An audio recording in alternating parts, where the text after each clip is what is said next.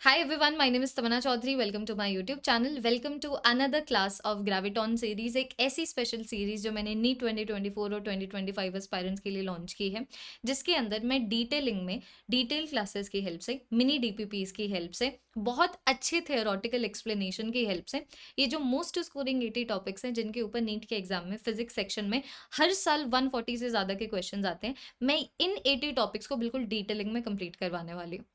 तो यूट्यूब पे मेरे डिटेल लेक्चर्स हैं नहीं, रिवीजन कोर्सेज अवेलेबल हैं, क्रैश कोर्सेज अवेलेबल हैं, या फिर प्रैक्टिस सेशंस अवेलेबल हैं, लेकिन डिटेलिंग में थियोरटिकल कोर्सेज नहीं अवेलेबल थे. तो बच्चों की बहुत सारी रिक्वेस्ट आ रही थी, तो लॉन्च कर ही दी है फाइनली एक ऐसी सीरीज जिसमें एटलीस्ट मैं बच्चों को इन 80 मोस्ट स्कोरिंग टॉपिक्स के ऊपर बिल्कुल अच्छे से समझा दूँ, सच दैट उनकी इन 80 मोस्ट स्कोरिंग टॉपिक्स के ऊपर पकड़ अच्छी हो जाए.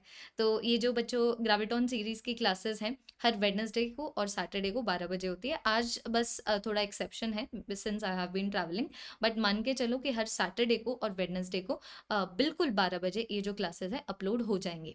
अब इस ग्रेविटॉन सीरीज में हम कौन कौन से टॉपिक्स करने वाले हैं और वो टॉपिक कब करने वाले हैं, वो मैंने कंप्लीट स्केड्यूल दिया हुआ है.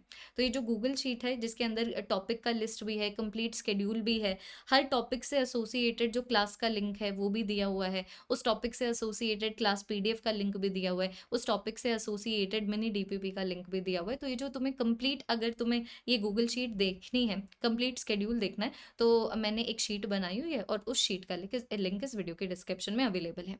ठीक है. बाकी जो ग्रेविटॉन सीरीज से एसोसिएटेड मैंने प्लेलिस्ट भी बना दी है, ताकि अगर मानो तुम्हें जैसे कि कुछ बच्चे होंगे जो ग्रेविटॉन सीरीज को फॉलो करेंगे कवरेज पॉइंट ऑफ व्यू से, डिटेल नोट्स बनाएंगे, कुछ ऐसे बच्चे भी हो सकते हैं और कर सकते हो तुम ऐसा.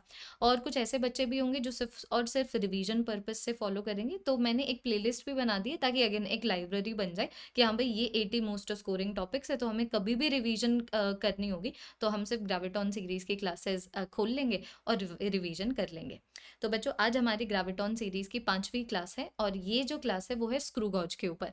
अब मैं बता दूं कि जो स्क्रू गॉज है रैशनलाइज्ड कंटेंट है. इसका मतलब इसको रैशनलाइज कर दिया है स्कूल के सिलेबस से. मतलब ना तो स्कूल में तुम्हें स्क्रू गॉज पढ़ाया जाएगा, ना ही इससे एसोसिएटेड पहले जो फिजिक्स के एक्सपेरिमेंट्स कंडक्ट करवाए जाते थे ना वो करवाया जाएगा. और मानो अगर ये क्लास 12th का टॉपिक होता तो ना ही बोर्ड्स में आता. लेकिन रैशनलाइज कंटेंट क्या नीट से भी रैशनलाइज हो गया? क्या नीट में भी ये नहीं आएगा? अब तक ऐसा कोई नोटिफिकेशन नहीं है, तो ये अज्यूम करना भी गलत है.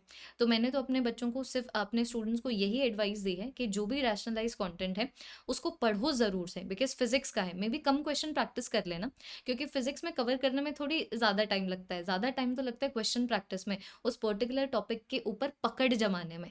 तो मेरी तो राय यही है सब बच्चों को कि जो भी रैशनलाइज कंटेंट है, चाहे वो क्लास 11th फिजिक्स का हो या वो क्लास 12th फिजिक्स का हो, बिल्कुल उसको अच्छे से पढ़ो. उसके ऊपर बस क्वेश्चन प्रैक्टिस कम कर लेना. तो मैं यही होप करती हूँ कि जितने भी स्टूडेंट्स अभी मुझे देख पा रहे हैं, चाहे रैशनलाइज कंटेंट हो या रैशनलाइज कंटेंट ना हो, दोनों कंटेंट को इक्वली ट्रीट करोगे जब जब कवरेज के पॉइंट ऑफ व्यू से देखते हो, जब तुम उस टॉपिक को अंडरस्टैंड करने के पॉइंट ऑफ व्यू से देखते हो. ठीक है जी. तो इसको बिल्कुल उतने ही ध्यान से समझना, उसको उतनी ही इंपॉर्टेंस देना जितनी इंपॉर्टेंस तुम नेक्स्ट वाली क्लास को देने वाले हो, जो ग्रेविटॉन सीरीज की 7 जून को आएगी, जिसमें हम लोग कैलकुलस एंड काइनेमैटिक्स करेंगे, जिसमें काइनेमैटिक की इक्वेशंस आती है, इंटीग्रेशन, डिफरेंशिएशन, उन सब के बारे में बात करते हैं.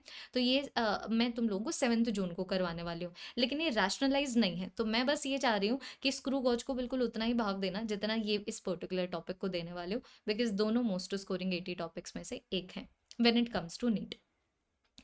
तो बच्चों, हमारी आज की इस क्लास को शुरू करते हुए इस चैनल को सब्सक्राइब कर लो अगर अभी तक नहीं किया है, और मेरे टेलीग्राम चैनल को भी ज्वाइन कर लो, बिकॉज जितने भी नोटिफिकेशन है, चाहे वो ग्रेविटॉन सीरीज से एसोसिएटेड हो, या फिर वो किसी गिव अवे से एसोसिएटेड हो, या फिर वो ऑल टुगेदर नीट से एसोसिएटेड हो, तो कोई भी चीज़ के बारे में अगर तुम्हें अपडेट करना होगा तो सबसे ईजी रहेगा मेरे लिए अपडेट करना टेलीग्राम के वाया. तो टेलीग्राम का लिंक भी इस वीडियो के डिस्क्रिप्शन में अवेलेबल है.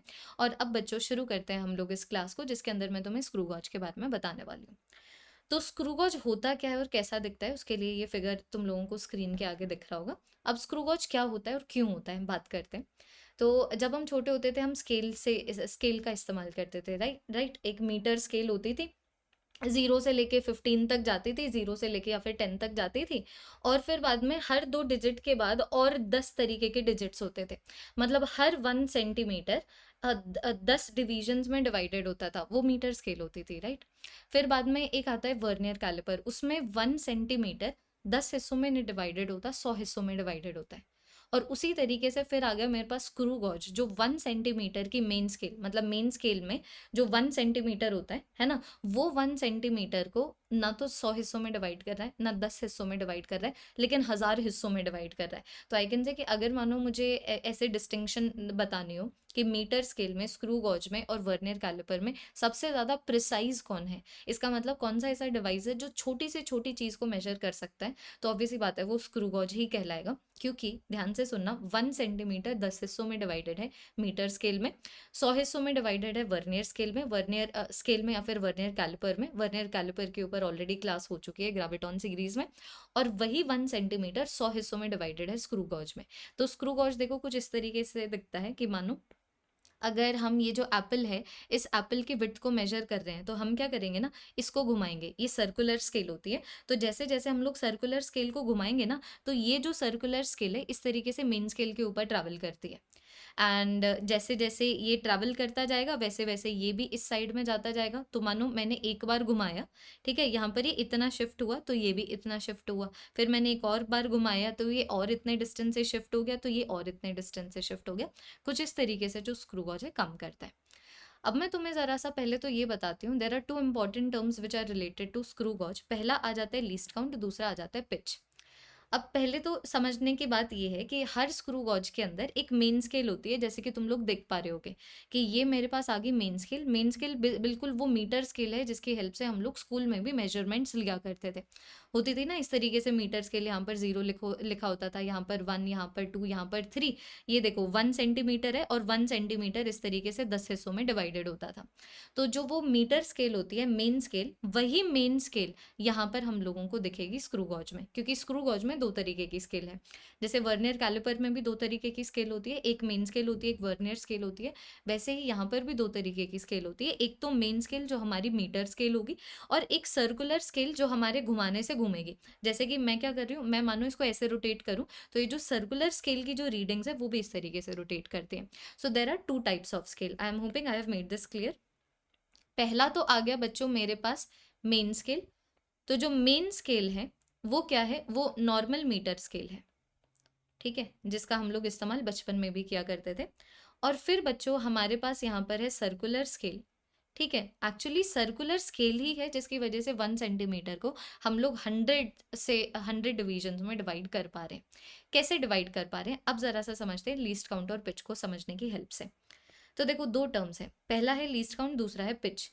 लीस्ट काउंट का सबसे बेसिक मतलब ये है, अगर मैं तुम्हें बिल्कुल दाल चावल वाली डेफिनेशन दूं, तो लीस्ट काउंट का मतलब है कि कोई भी मेजरिंग डिवाइस छोटी से छोटी मेजरमेंट कितनी ले सकता है। जैसे कि मानो अगर मैं मीटर स्केल की बात करूं, तो यहाँ पर 0 होता था, यहाँ पर 1, यहाँ पर 2, लेकिन यहाँ पर फिर 1 और 2 के बीच में इस तरीके से 10 डिवीजन होते थे, है कि नहीं। तो मैं यहाँ पर बोल दूंगी कि यहाँ पर मैंने 1 सेंटीमीटर को ऐसे 10 डिवीजन में डिवाइड कर दिया, मतलब मैं जो छोटी से छोटी मेजरमेंट ले पा रही हूँ वो 1 मिलीमीटर की है या फिर 0.1 सेंटीमीटर की है। उसी तरीके से अगर मैं लीस्ट काउंट की बात करूँ, तो लीस्ट काउंट वही होता है कि छोटी से छोटी आप कितनी मेजरमेंट ले पा रहे हैं। तो अभी मानो अगर मैं इस लीस्ट काउंट की बात करूँ, तो मीटर स्केल में कितना आ जाता है, मीटर स्केल में बच्चों ये वाली वैल्यू आ जाती है 1 मिलीमीटर, बिकॉज 1 सेंटीमीटर 10 डिविजन्स में डिवाइडेड है। सो 1 centimetre divided by 10 is 0.1 centimetre और 1 मिलीमीटर। उसी तरीके से अगर मैं वर्नियर कैलिपर की बात करूं, तो वो 0.1 होता है। इसका मतलब 1 सेंटीमीटर 100 हिस्सों में डिवाइडेड है, या फिर मैं ये बोल दूंगी 1 मिलीमीटर 10 हिस्सों में डिवाइडेड है, सेम ही बात है।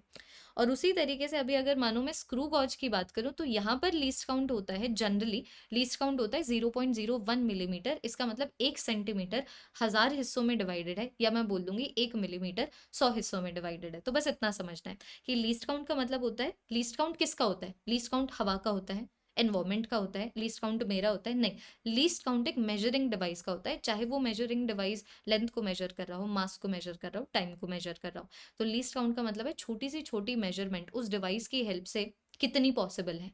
तो मेन स्केल के मीटर स्केल के लिए 1 मिलीमीटर हो जाएगी, वर्नियर स्केल के लिए इतनी हो जाएगी, और स्क्रू गॉज के लिए इतनी हो जाएगी। ये होता है लीस्ट काउंट। तो अभी जब बच्चों हम लोग स्क्रू गॉज में बात करते हैं ना, तो स्क्रू गॉज में एक इंपॉर्टेंट टर्म आता है जो है पिच। पिच का मतलब क्या है कि यहाँ पर अगर मानो मैं सर्कुलर स्केल को एक बार पूरा का पूरा रोटेशन देती हूँ, तो फिर बाद में मेन स्केल के ऊपर कितनी रीडिंग बढ़ गई है, समझना इसको। मानो पहले स्क्रू वॉच मेरे पास कुछ इस तरीके से है, ठीक है। अभी आई एम होपिंग तुम लोगों को मेन स्केल दिख रही हो, this is the main scale, ये देखो, ये मेरी मेन स्केल है। और बच्चों जो तुम ये देख पा रहे हो ना, ये मेरी सर्कुलर स्केल है। तिरंगा लग बन गया ना एक तरीके से, मतलब तिरंगे वाले कलर्स हो गए। अच्छा, तो मैं तुम्हें क्या बोल रही हूँ कि मानो अभी तुम देख पा रहे हो कि ये जो मेरी सर्कुलर स्केल है वो बिल्कुल मेन स्केल के जीरो के साथ कोइंसाइड कर रही है। अब मानो मैंने इसको पूरा का पूरा घुमाया, तो मैंने तुम्हें बताया था कि जैसे हम सर्कुलर स्केल को ऐसे घुमाते हैं ना, तो वो ऐसे हॉरिजॉन्टली ट्रैवल करेगा मेन स्केल के ऊपर। तो देखो वो मेन स्केल के ऊपर इस तरीके से ट्रैवल कर गया कि कहाँ पर, जहाँ पर पहले ये जीरो के साथ कोइंसाइड कर रहा था, अब वो यहाँ पर वन की रीडिंग के साथ कोइंसाइड कर रहा है। वन की रीडिंग के साथ भी कोइंसाइड कर सकता था, 0.5 के साथ भी कोइंसाइड कर सकता था। मतलब समझो, अभी इस गिवन सिनारियो में मैं जो एग्जांपल ले रही हूँ ताकि तुम्हें पिच समझ आए, इट इज कि मैंने यहाँ पर एक रोटेशन दिया, ठीक है। मैंने यहाँ पर एक रोटेशन दिया और मैं देख पा रही हूँ कि एक रोटेशन की वजह से मेन स्केल के ऊपर ये जो डिस्टेंस कवर कर लिया है ना मेरे स्क्रू गॉज ने, या फिर मेरे स्क्रू गॉज की सर्कुलर स्केल ने, it is equal to 1 millimetre. मतलब मैं ये बोल सकती हूँ कि 1 millimetre divided by the number of division on the circular scale मुझे लीस्ट काउंट दे देगा। तुम सोच के देखो ना, मानो अगर मैं बोलूँ कि सर्कुलर स्केल के अंदर 50 डिवीजन है, जैसे कि तुम देख पा रहे हो 0 है, 5 है, 10 है, 45 है, 40 है, मतलब आई कैन से कि सर्कुलर स्केल में 50 डिवीजन है।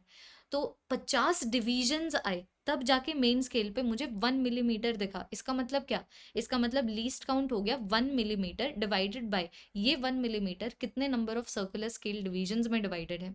तो यहाँ पर जो 1 मिलीमीटर है 50 डिवीजन में डिवाइडेड है, तो लीस्ट काउंट की वैल्यू कितनी आ गई? 1 मिलीमीटर डिवाइडेड बाय 50। ध्यान से सुनो, अभी मैंने जो तुम्हें बोला है तो मैं यहाँ पर लिख देती हूँ कि अभी मैं तुम्हें बोल रही हूँ कि least count is going to be equal to pitch divided by number of divisions multi divided by number of divisions on the circular scale. दोबारा से सुनते जाना, अभी रिकैप मत देखो, ठीक है, ऐसे रिकैप मत देखो, सुनते जाओ, क्योंकि मैं एक और डायग्राम लेके आई हूँ। आई नो यहाँ पर क्या दिक्कत आती है, तो डिस्टिंक्शन समझो। मेरे पास अभी ये मेरे पास सर्कुलर स्केल थे, ठीक है, ये मेरे पास इस तरीके से सर्कुलर स्केल है और ये सर्कुलर स्केल मानो जीरो के साथ कोइंसाइड कर रही है। मैंने इसको एक बार घुमाया, ठीक है, और इसके अंदर 50 डिवीजन हैं। अब मैं इसको एक बार घुमा रही हूँ तो यहाँ पर जीरो की जगह 1 आ रहा है। इसका मतलब मैं 1 मिलीमीटर मूव की और 1 मिलीमीटर मूव करवाने में 50 डिवीजन आए। इसका मतलब 1 मिलीमीटर 50 डिवीजन से इक्वलाइज्ड है। इसका मतलब 1 मिलीमीटर को 50 हिस्सों में बांटा जा सकता है। तो वो कितना, तो एक बार जब मैं सर्कुलर स्केल की रोटेशन कराऊं, वो मेन स्केल के ऊपर कितना डिस्टेंस कवर करता है, वो पिच है। Length moved on the main scale on making one full rotation of the circular scale, वो पिच है।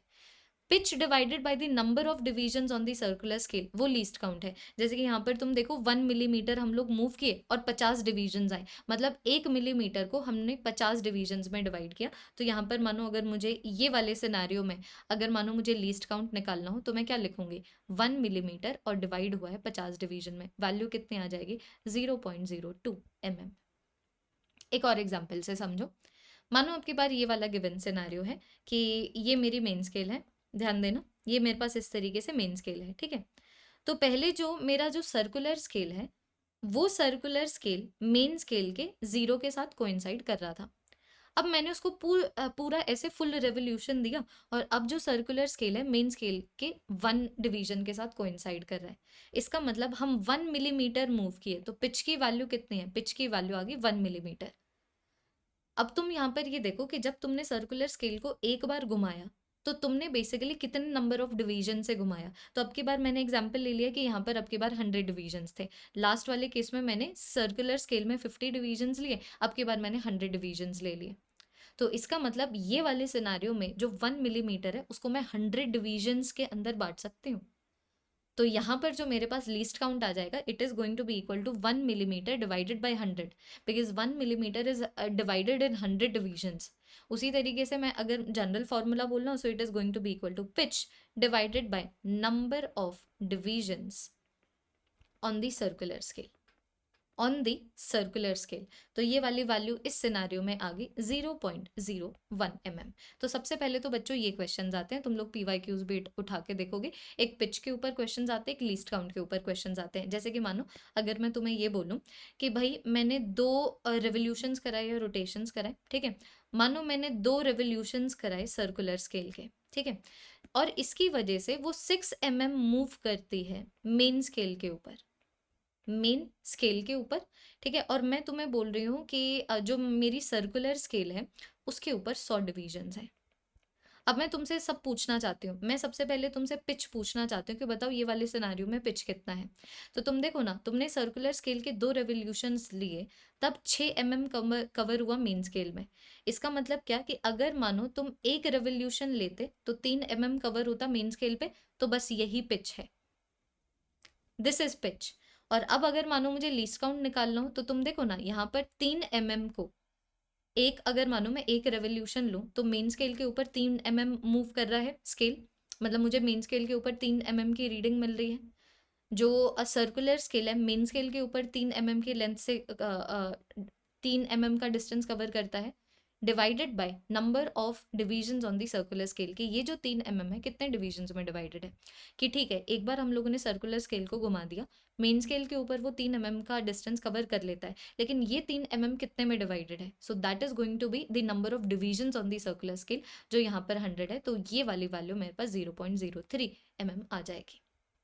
ऐसे क्वेश्चंस भी मैंने मिनी डीपीपी में प्रोवाइड किए हुए हैं, तो उस डीपीपी की हेल्प से तुम लोग आराम से बिल्कुल अच्छे से क्वेश्चन प्रैक्टिस कर सकते हो। तो एक तो आ गया ये बच्चों। अब तो रीडिंग मतलब देखो, इसके ऊपर ये डायग्राम कभी तुम्हें एग्जाम में आएगा नहीं। तुम्हें एग्जाम में क्या आएगा, लीस्ट काउंट और पिच, ये मैंने तुम्हें बता दिया। अब एक बार जब तुम्हें लीस्ट काउंट और पिच आ जाता है, अब मैं तुम्हें बताऊंगी कि स्क्रू गॉज की रीडिंग कैसे ली जाती है, तो बिल्कुल ध्यान से सुनना। वर्नियर कैलिपर में भी 3 स्टेप्स थे और स्क्रू गॉज में भी 3 स्टेप्स हैं। पहला स्टेप ये है कि ये जो हमारी मेन स्केल है, सबसे पहले ये देखो कि मेन स्केल की रीडिंग क्या है, फिर देखो सर्कुलर स्केल की रीडिंग क्या है, फिर सर्कुलर स्केल की रीडिंग को मेन स्केल की रीडिंग के साथ प्लस कर दो ताकि फाइनल रीडिंग तुम्हें मिल जाए। बिल्कुल ध्यान से सुनना। मेन स्केल रीडिंग कैसे लोगे कि मानो बच्चों ये मेरे पास इस तरीके से मेन स्केल है और ये सर्कुलर स्केल है, तो मानो अगर ये जो सर्कुलर स्केल के स्टार्ट होने से पहले मेन स्केल के ऊपर जो डिवीजन आ रहा है ना, उसको mm में ले लो, that is the main scale reading. जैसे कि मानो यहाँ पर 6 आ रहा है, बोले तो 6 mm, ठीक है। सेंटीमीटर में भी हो सकता है, मीटर स्केल है तो वो तुम्हें बता देंगे कि बेसिकली इससे पहले 6 mm आ रहा है या फिर 6 सेंटीमीटर आ रहा है। मानो अगर मैं नॉर्मल इस तरीके से सेंटीमीटर की स्केल लूँ, जहाँ पर 0 है, यहाँ पर 1 है, यहाँ पर 2 है, यहाँ पर 3 है, यहाँ पर 4 है। मानो अगर मेरे पास सर्कुलर स्केल ऐसे आ जाता है, तो तुम देख पा रहे हो कि सर्कुलर स्केल के शुरू होने से पहले मेन स्केल का 3 है, और ये 3 किसके लिए स्टैंड करता है, 30 mm के लिए। सो इस तरीके से मेन स्केल की रीडिंग ली जाती है।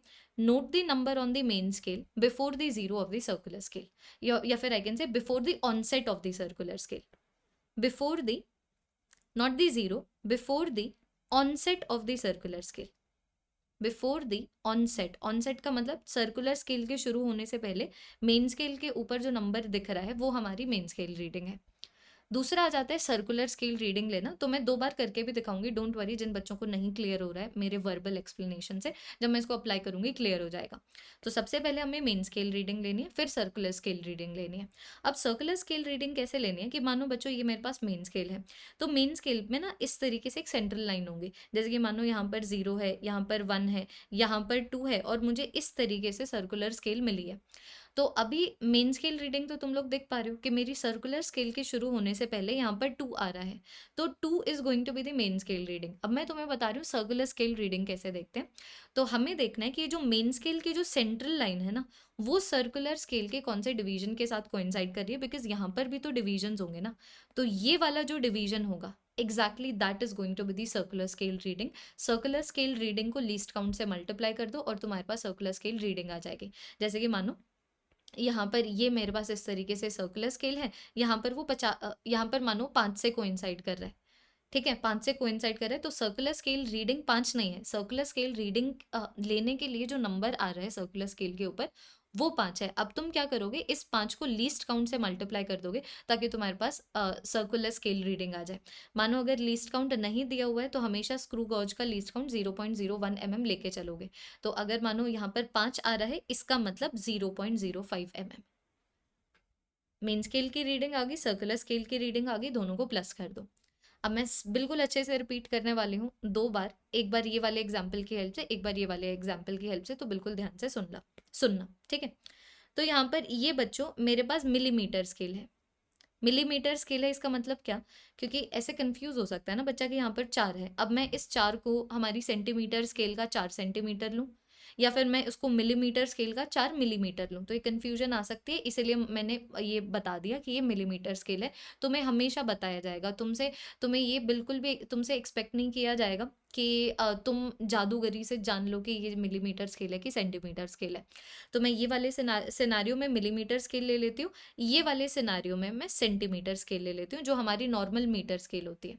सेंटीमीटर स्केल बोले तो यहाँ पर मीटर स्केल होती है, मीटर स्केल, क्योंकि मीटर स्केल में ऐसे होता है ना, यहाँ पर मेरे पास 0 आ गया, यहाँ पर 1 आ गया, यहाँ पर 2 आ गया, ऐसे मिलीमीटर्स की रीडिंग नहीं लिखी होती, सिर्फ सेंटीमीटर्स की रीडिंग लिखी होती है। ठीक है, यहाँ पर मिलीमीटर की रीडिंग दी हुई है। तो अब जरा सा देखते हैं, 3 स्टेप्स मैंने बताए थे। पहला स्टेप क्या था? Main scale reading. तो मेन स्केल रीडिंग जरा सा देख लेते हैं। तो ये आ गया मेरे पास सर्कुलर स्केल, और मैं देख पा रही हूँ कि सर्कुलर स्केल के शुरू होने से पहले मेन स्केल के ऊपर 4 आ रहा है। तो ये अब की बार मैंने तुम्हें बता दिया, तो मेन स्केल रीडिंग कितनी आ गई? इट इज इक्वल टू 4 उसी तरीके से मानो अगर ये वाला सिनारियो होता, तब भी स्टेप तो वही होना था, सबसे पहले मुझे मेन स्केल रीडिंग लेनी थी।